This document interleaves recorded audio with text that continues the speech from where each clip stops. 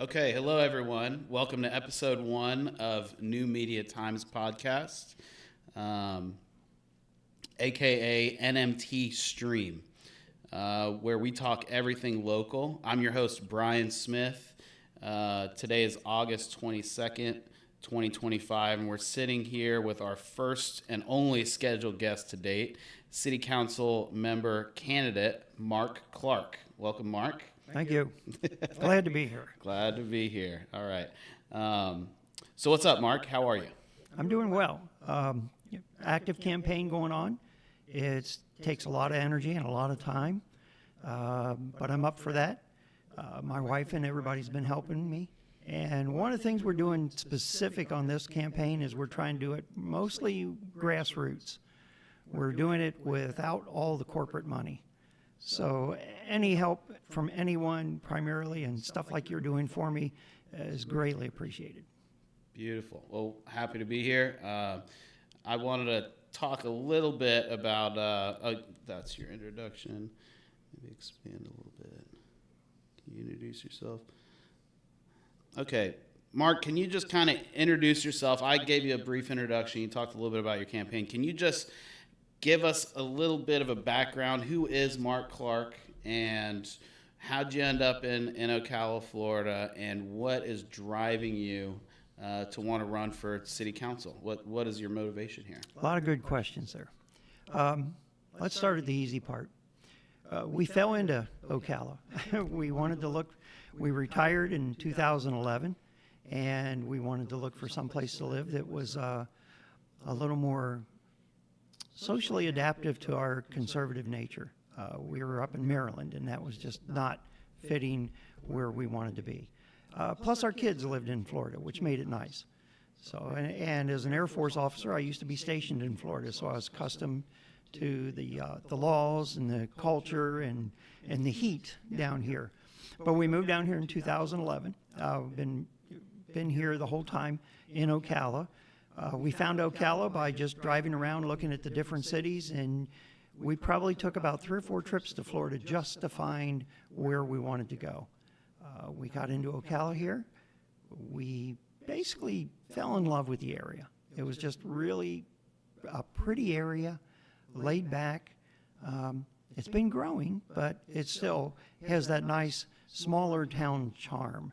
And we knew for all purposes we did not want to live in Orlando.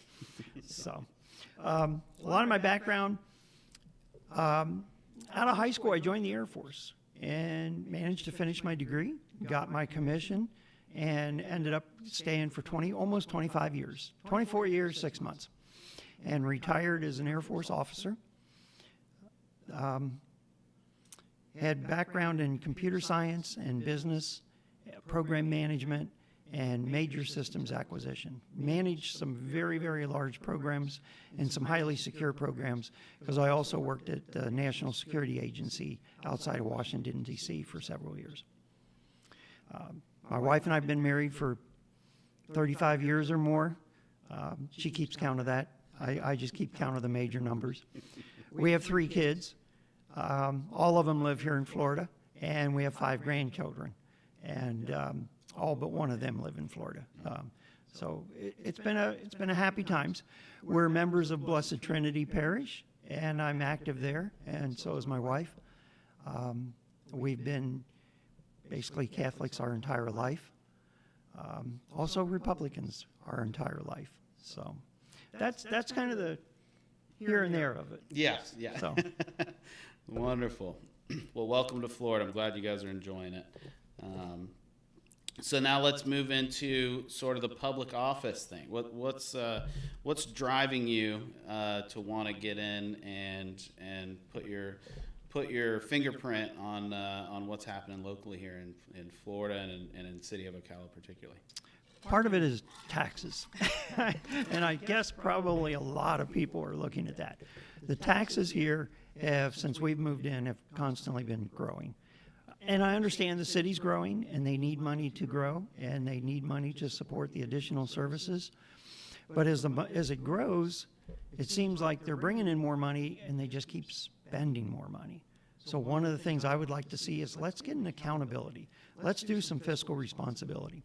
You know, normally if you're a family and you get that pay raise, then what you do is you put a little bit of away, but you stay still within a budget. Well, I don't see the city doing that. I see what they're doing is every dollar they get, they spend another dollar. And in some cases a little more, you know, because they do have bond issues out there. So fiscal responsibility. The other thing is insight. I've been to a lot of city council meetings, and what I find interesting is the votes just kind of go through without discussion. And I don't think that gives the residents kind of what they want to see. As a citizen, you want to know where your money's going, and you want to know why the decisions were made. So what I want to do is I'd like to see us make, as we make the decisions, put out more information there. Put out information so that the citizen knows why that was being done and where it's going to help all the other citizens, not just benefit a few. So that's why I jumped in. I jumped in because I kind of want to make some changes. I have a very active life in civil service through both civil service as a civilian and also with the Air Force. And I've worked on major initiatives and even legislation at times.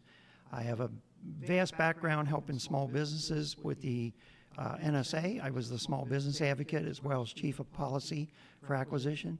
And so I want to see us do more for those small businesses here. You know, it's great. We're building some big things. We're building big hospitals. We need that. We're building big hotels. Always good. It beautifies the city having beautiful buildings. But we now also need to start looking out for the small businesses. How do we let them grow? They don't need to be big buildings and stuff. But some of the small businesses that have been here 20, 30 years, they need some revitalization. We need to use those community resources to also help them. So that's why I jumped in. Wow, I love that. I love that. I wanted to kind of talk about something that you mentioned, and that was about the voting in the city hall meetings and how the community isn't necessarily getting the communication that would be ideal for them. And as I was kind of navigating this, you know, the thoughts around this race, I realized when I was talking to people trying to come up with questions for you, nobody really knows what the job is that they're electing. People really don't have a grasp of what they're hiring you to do. They just know that we need a position filled, and they kind of find a familiar name. But one thing that would be nice is to inform the people of what they're voting on so that they can make a better decision about who they want to be in that position, and understand how to hold their elected representatives accountable for that. What do you think? One of your bullet points that you're running on is transparency. I think that it will take a little bit of an effort both on the community side, but also largely in the elected official side to do things like we're doing right now to sort of lay out what the projects are and help the community understand what exactly you're doing so that they can rate your performance. That's great. It's a great question and a great aspect of it. And the transparency part is a big part of my campaign. Like what we're doing here. You know, this makes an important step. What I'd like to see, if you look at like what some of the people are doing, like the mayor, he gets out and he tells people what's going on and he talks with them.